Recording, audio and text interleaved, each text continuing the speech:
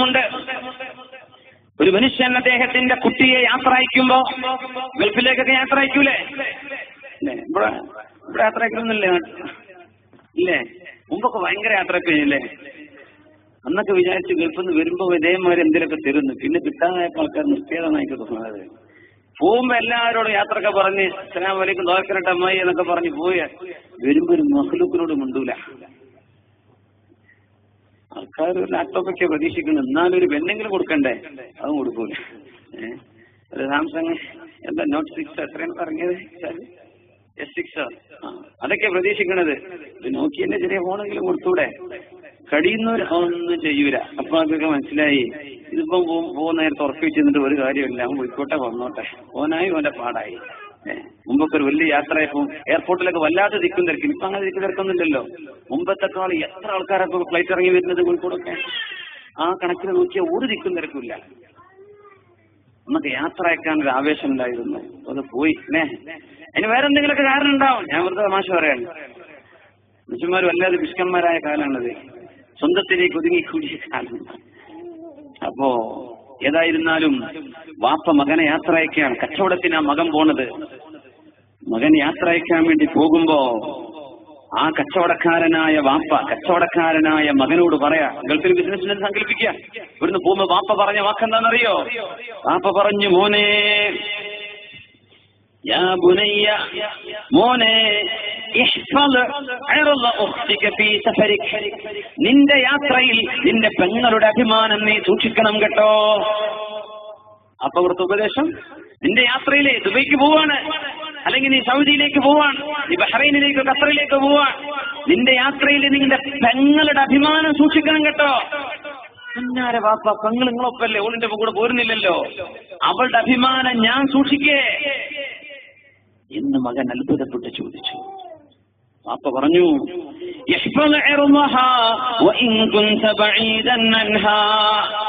നീ എത്ര ദൂരെയാണെങ്കിലും പെങ്ങളുടെ അഭിമാനം നീ സൂക്ഷിക്കണം കേട്ടോ. പെങ്ങളുടെ അഭിമാനം നീ സൂക്ഷിക്കണം. ആര്? ഒറ്റയ്ക്ക് യാത്ര പോകുന്ന മകൻ. നമ്മുടെ പണ്ഡിതന്മാർ അവരുടെ കിതാബുകളിൽ ഈ ചരിത്രം എഴുതി വെക്കാൻ കാരണം ഇതിൽ പാഠമുണ്ട്. അങ്ങനെ മകൻ യാത്ര പോയി. ഒരുപാട് ദിവസം കഴിഞ്ഞു. അയൽപക്കക്കാലത്ത് വയസ്സനായ ഒരു ഫക്കീറായ ഒരു പാവ മനുഷ്യനുണ്ട്. പാല് വെക്കുന്ന ആളാണ്, എന്നും പാല് കൊടുക്കുന്ന ആളാണ്, മിസ്കീനായ മനുഷ്യനാണ്. ആ മനുഷ്യൻ അടുക്കളയിൽ വരും, അവിടെ ഒന്ന് കയറും. വളരെ മിസ്കീനായ ഒരു പാവം, ഒരു വല്യാപ്പയാണ്, ഫക്കീറാണ്. അപ്പൊ പിന്നെ അവിടെ വലിയ സംശയങ്ങളൊന്നും ഇടയില്ലല്ലോ എന്ന് വിചാരിച്ചെന്ത് ചെയ്യും? വാതിൽ തുറന്നു വെക്കും. അയാൾ പാൽ അവിടെ അകത്ത് വെച്ചിട്ട് ഇറങ്ങിപ്പോകും. ഒരു ദിവസം ഈ ആള് ആ വീട്ടിലെ പ്രായപൂർത്തിയെത്തിയ പെണ്ണിനെ ഒന്ന് ചുംബിച്ചിട്ട് ഇറങ്ങിപ്പോയി. ഈ പ്രായമുള്ള ഈ മനുഷ്യനെ പണി ചെയ്തല്ലോ. വാപ്പ ഇത് കണ്ടു. ഇയാളിത് ചെയ്യില്ല എന്നാ വിചാരിച്ചത്, ഇയാളിങ്ങനെ കാട്ടില്ല എന്നാ വിചാരിച്ചത്. മാസങ്ങൾ കഴിഞ്ഞ് മകൻ തിരിച്ചു വന്നപ്പോ വാപ്പ ചോദിച്ചു, മോനെ പറയും, എങ്ങനെയുണ്ടായിരുന്നു നിന്റെ ജീവിതം, യാത്ര എങ്ങനെയുണ്ടായിരുന്നു? വാപ്പ ഒരുപാട് കച്ചവടം ചെയ്തു, അത് വാങ്ങിച്ചു, ഇത് വാങ്ങിച്ചു. മോനെ, നിന്റെ പെങ്ങളുടെ അഭിമാനം നീ സൂക്ഷിച്ചിട്ടുണ്ടോ? നീ സത്യം പറ. അപ്പൊ എന്താണ് ചോദിക്കുന്നത്? മോനെ, നിന്റെ സ്വന്തം പെങ്ങൾക്ക് സംഭവിക്കരുത് എന്ന് നീ പേടിക്കുന്നത് നീ ചെയ്തിട്ടുണ്ടോ? വാപ്പ എന്നോട് ക്ഷമിക്കണം, പരിചയക്കാരിയായ ഒരു പെണ്ണിനെ ഞാൻ ഒരു പ്രാവശ്യം ഒരിക്കലൊന്ന് ചുംബിച്ചിട്ടുണ്ട്. ഖാല സുബ്ഹാനല്ലാഹ്. മോനെ, നിന്റെ ആ ചുംബനത്തിന് പകരം അല്ലാഹു ഈ വീടിന്റെ ഉള്ളിൽ നിന്റെ പെങ്ങളുടെ അഭിമാനം ഹനിച്ചു കളഞ്ഞിട്ടുണ്ട്. നീ ഒരു ചുംബനം ചെയ്തതിന് ഈ വീട്ടിലൊരു ചുംബനം നടന്നു. അതുകൊണ്ടാണ് ഞാൻ പറഞ്ഞത്, നിന്റെ യാത്രയിൽ നിന്റെ പെങ്ങളെ നീ സൂക്ഷിക്കണമേ. നീ അവിടെ തെറ്റ് ചെയ്താൽ അതിന്റെ ഭാരം, അതിന്റെ ഫലം വീടിന്റെ ഉള്ളിൽ അല്ലാഹു കൊണ്ടുവരും. വിഭജങ്ങൾ പറയുമായിരുന്നു, ചെറുപ്പക്കാരെ അല്ലാത്തവരെ നിങ്ങൾ വ്യഭിചരിക്കരുത്, നിങ്ങൾ അന്യപുരുഷന്മാരെ പെണ്ണുങ്ങളെ നോക്കരുത്. നിങ്ങൾ കണ്ണുകളെ സൂക്ഷിച്ചാൽ നിങ്ങളുടെ ഭാര്യമാർ കണ്ണുകളെ സൂക്ഷിക്കും. അവർക്ക് പിന്നെ വാട്സപ്പ് ബന്ധങ്ങൾ ഉണ്ടാവില്ല, ഫേസ്ബുക്ക് ബന്ധങ്ങൾ ഉണ്ടാവില്ല. നിങ്ങൾക്കതുണ്ടെങ്കിൽ നിങ്ങളുടെ ഭാര്യമാർക്കോ പെങ്ങൾക്കോ ആർക്കെങ്കിലും നിങ്ങളുടെ വീടിന്റെ ഉള്ളിൽ അല്ലാഹു അത് വരുത്തി വെക്കും.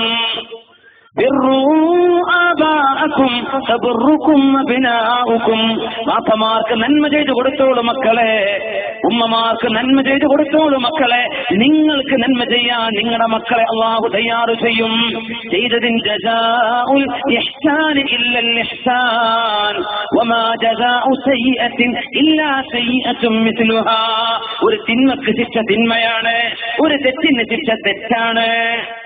അതുകൊണ്ട് നമ്മൾ ചെവി കൊണ്ടോ കാതുകൊണ്ടോ കണ്ണുകൊണ്ടോ തെറ്റ് ചെയ്താൽ അതിന് സമാനമായൊരു തെറ്റ് നമ്മൾ അറിയാതെ നമ്മുടെ വീട്ടിലോ നമ്മുടെ പെങ്ങളിലോ നമ്മുടെ അനുജന് വ്യഭിചാര ബന്ധങ്ങൾ കാണും. നമ്മുടെ ജ്യേഷ്ഠൻ രാത്രി അയാൾ കള്ളുകുടിക്കുന്നുണ്ടാകും, നിങ്ങൾ അറിഞ്ഞു കാണില്ല. പാതിരാ നേരത്ത് കയറി വരുന്നത് ഏതെങ്കിലും വീട്ടിൽ അന്യ പെണ്ണിനെ കയറി പിടിച്ചിട്ടായിരിക്കും, നിങ്ങൾ അറിയില്ല. നിങ്ങൾ സൂക്ഷിച്ചാൽ നിങ്ങളുടെ കുടുംബം നന്നാവും. നിങ്ങൾ സൂക്ഷിച്ചില്ലെങ്കിൽ നിങ്ങളുടെ കുടുംബം അത് കാരണം ഫസാദാകും എന്ന് വലിയൊരു പാഠമാണ് ഉലമാ പഠിപ്പിക്കുന്നത്. അല്ലാഹു നമുക്ക് തൗഫീഖ് ചെയ്യട്ടെ, നന്മ ചെയ്യാൻ തൗഫീഖ് ചെയ്യട്ടെ. നമ്മുടെ മക്കൾ സൂക്ഷിക്കുന്നത് നമ്മൾ സൂക്ഷിച്ചാലാണ്. നമ്മളെ കാത് സൂക്ഷിച്ചാൽ അവരല്ലാഹു സൂക്ഷിക്കും. നമ്മുടെ കണ്ണിനെ സൂക്ഷിച്ചാൽ അവർ അല്ലാഹു സൂക്ഷിക്കും. നമ്മൾ അല്ലാഹുവിനെ ഭയപ്പെട്ട് ജീവിച്ചാൽ നമ്മുടെ മക്കൾ കോളേജിലോ യൂണിവേഴ്സിറ്റികളിലോ ക്യാമ്പസിലോ പോയി തിരിച്ചു വരുമ്പോ അവരുടെ കണ്ണുകൾക്ക് അല്ലാഹു സൂക്ഷ്മത കൊടുക്കും. അല്ലാഹു സഹായിക്കട്ടെ, അല്ലാഹു സഹായിക്കട്ടെ, അല്ലാഹു സഹായിക്കുമാറാകട്ടെ. അതുകൊണ്ട് തിന്മകൾ പ്രചരിപ്പിക്കാൻ നോക്കല്ലിൻ. നിങ്ങളുടെ ഒരു കയ്യിലൂടെ ഏതെങ്കിലും ഒരു ഹറാമിന്റെ വീഡിയോ ക്ലിപ്പ് നിങ്ങൾ ഫോർവേഡ് ചെയ്തു എന്ന് വിചാരിക്കാം. ഒരു അനാവശ്യമായ മ്യൂസിക്കോ പാട്ടോ നിങ്ങളുടെ വാട്സപ്പിൽ നിന്ന് ഫോർവേഡ് ചെയ്ത് കൊടുത്തു എന്ന് വിചാരിക്കുക, സെൻഡ് ചെയ്ത് കൊടുത്തു എന്ന് വിചാരിക്കുക. അതിന്റെ പകരം നിങ്ങളുടെ കുടുംബത്തിൽ ആപത്ത് വരുമെന്നാണ് ഞാൻ പറഞ്ഞതിന്റെ അർത്ഥം. അതിന്റെ ഫലമായി അല്ലാഹു നിങ്ങളുടെ ദീനിൽ പരീക്ഷണം തരും. അല്ലാഹു കാത്തുരക്ഷിക്കട്ടെ.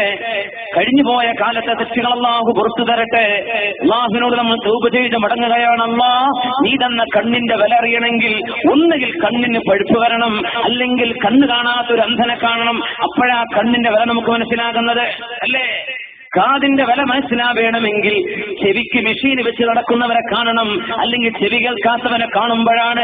എന്തൊരു പരിഹാസമല്ലേ! രണ്ട് ചെവി കൊണ്ട് കേൾക്കാൻ അല്ലാഹു കഴിവ് തന്നിട്ട് നിങ്ങൾ അല്ലാഹുവിനെ സൂക്ഷിക്കണേ എന്ന് ഓരോ ജുമുഅയിലും 2 തവണ ഇമാം ഖുതുബയിൽ തന്നെ പറയുന്നുണ്ട്. എന്ത് സൂക്ഷ്മത! എന്താണ് നമ്മൾ സൂക്ഷിച്ചത്? കാത് സൂക്ഷിച്ചാൽ മനസ്സ് സൂക്ഷിക്കാൻ പറ്റും, കണ്ണ് സൂക്ഷിച്ചാൽ നമ്മുടെ ഈമാൻ സൂക്ഷിക്കപ്പെടും. അല്ലാഹു ഈ സമൂഹത്തിന് ഹിദായത്ത് നൽകി നിലനിർത്തുമാറാകട്ടെ.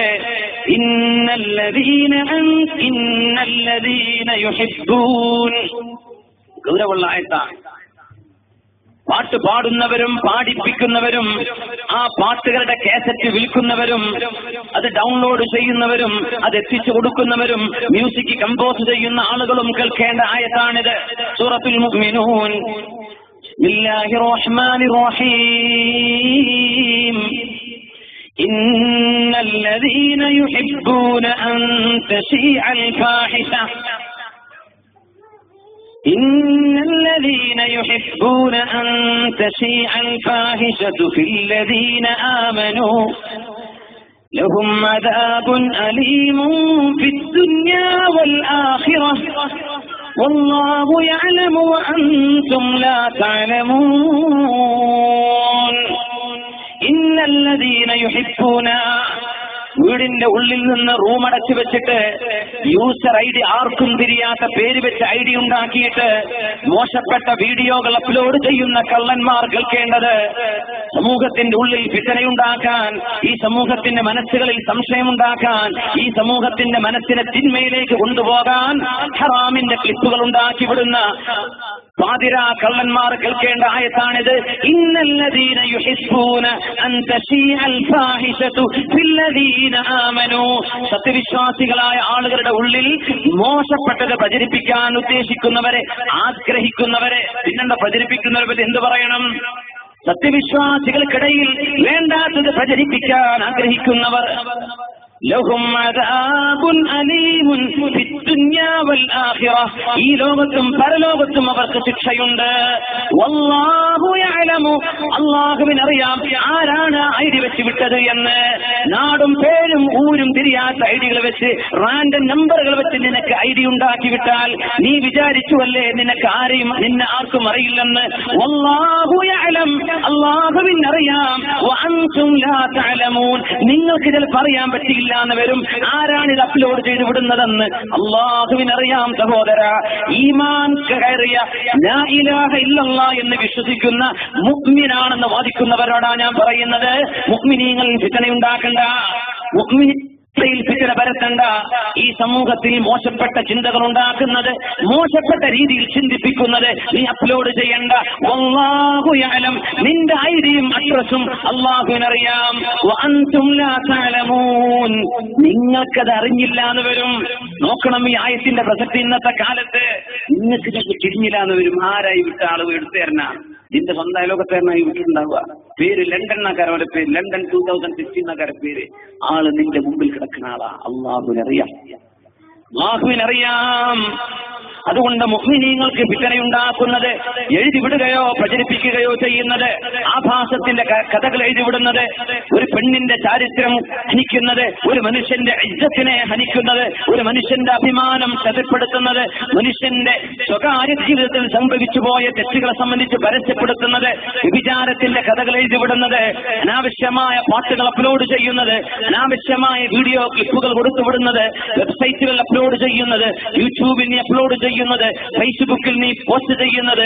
വല്ലാഹു യഅലം, അല്ലാഹുവിനറിയാം. വഅൻതും ലാ തഅലമൂൻ, നിങ്ങൾക്കൊരു പക്ഷേ അറിഞ്ഞില്ല എന്ന് വരും. അവർക്ക് ഈ ദുനിയാവിൽ ശിക്ഷയുണ്ട്. ലഹും അദാബുൻ അലീമുൻ, വേദനാജനകമായ ശിക്ഷയുണ്ട്. അവർക്ക് വരുന്ന അസുഖങ്ങൾ ശിക്ഷയാണ്, അവർക്ക് വരുന്ന ആപത്തുകൾ ശിക്ഷയാണ്, അവർക്ക് വരുന്ന അല്ലാഹു വരുത്തുന്ന അപകടങ്ങൾ അല്ലാഹു തരുന്ന ശിക്ഷകളാണ്. ഫിദ്ദുനിയാ വൽ ആഖിറ, ഇവിടെ ഇന്നാളെ പരലോകത്തും അല്ലാഹു കാത്തുരക്ഷിക്കുമാറാകട്ടെ. അതുകൊണ്ട് പ്രചരണങ്ങൾ വേണ്ട.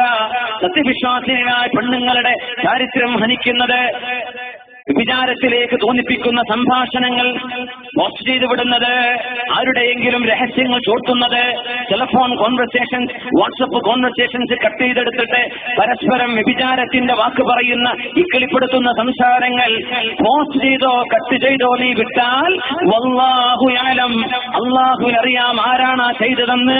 വഅൻതും ലാ തഅലമൂൻ, അത് റസീവ് ചെയ്ത നിങ്ങൾക്കറിയില്ലായിരിക്കാം. അവർക്ക് ഈ ദുനിയാവിലും നാളെ പരലോകത്തിലും ശിക്ഷയുണ്ട്, വേദനാജനകമായ ശിക്ഷയുണ്ട്. അല്ലാഹു കാത്തുരക്ഷിക്കുമാറാകട്ടെ. വിഷയം ഗൗരവമാണ്. ഒരു തെറ്റ് ചെയ്താൽ മരണം ഖിയാമത്ത് നാൾ വരെ ചെയ്ത തെറ്റിന്റെ ശിക്ഷ കിട്ടുന്ന കാലമാണിത്. ഒരു ഗീബത്തോ നമീമത്തോ സോഷ്യൽ മീഡിയയിൽ നിങ്ങൾ അപ്ലോഡ് ചെയ്ത് കഴിഞ്ഞാൽ എത്ര കാലമാണോ അത് ആളുകൾ കണ്ടുകൊണ്ടിരിക്കുന്നത്, എത്ര കാലമാണോ ആളുകൾ വീക്ഷിച്ചുകൊണ്ടിരിക്കുന്നത്, അത്രയും കാലം നിങ്ങൾ ഒരാളെ പറ്റി ഗീബത്ത് പറഞ്ഞ കുറ്റമുണ്ട്, അതിന് ഭൂനിവാസം പറഞ്ഞതിന്റെ കുറ്റമുണ്ട്, അനാവശ്യങ്ങൾ പോസ്റ്റ് ചെയ്തതിന്റെ കുറ്റം അതിനില്ലേ. ഖബറിൽ പോയി കടന്നാൽ തീരോ ഇത്? ഖബറിൽ പോയി കടന്നാൽ അവസാനിക്കുമോ ഇത്? 50 കൊല്ലം 500 കൊല്ലമൊക്കെ ഒരു മനുഷ്യൻ എന്നോ പറഞ്ഞു കൊടുത്തത്, എന്നോ പോസ്റ്റ് ചെയ്ത ഏതോ വീഡിയോ ക്ലിപ്പിന്റെ തിന്മകളുടെ കുറ്റം ഖബറിലേക്ക് വന്നുകൊണ്ടിരിക്കുന്ന കാലമാണിത്. അല്ലാഹു കാത്തുരക്ഷിക്കുമാറാകട്ടെ. നന്മ ഇതിലേറെയാണ്. ഒരാൾ നന്മ ചെയ്താൽ എത്ര കാലം ആ നന്മ നിലനിൽക്കുന്നുണ്ടോ, കേട്ടതിന്മേൽ പിന്നെയും കേൾക്കുന്നത്, കണ്ടത് പിന്നാളുകൾക്ക് പോസ്റ്റ്, പിന്നെയും ഫോർവേഡ് ചെയ്തത്, പിന്നെയും ഫോർവേഡ് ചെയ്തത്, അങ്ങനെ നന്മ എത്തിച്ച് എത്ര പ്രചരണം ചെയ്തോ അതിന്റെ ഒക്കെ കൂലി ആദ്യം പ്രചരിപ്പിച്ചവര് കിട്ടും. അല്ലാഹ് എന്തൊരു ഖൈറാണ്. അതുകൊണ്ട് ഖൈറിലേക്ക് പോലും തിന്മക്ക് പോകണ്ട.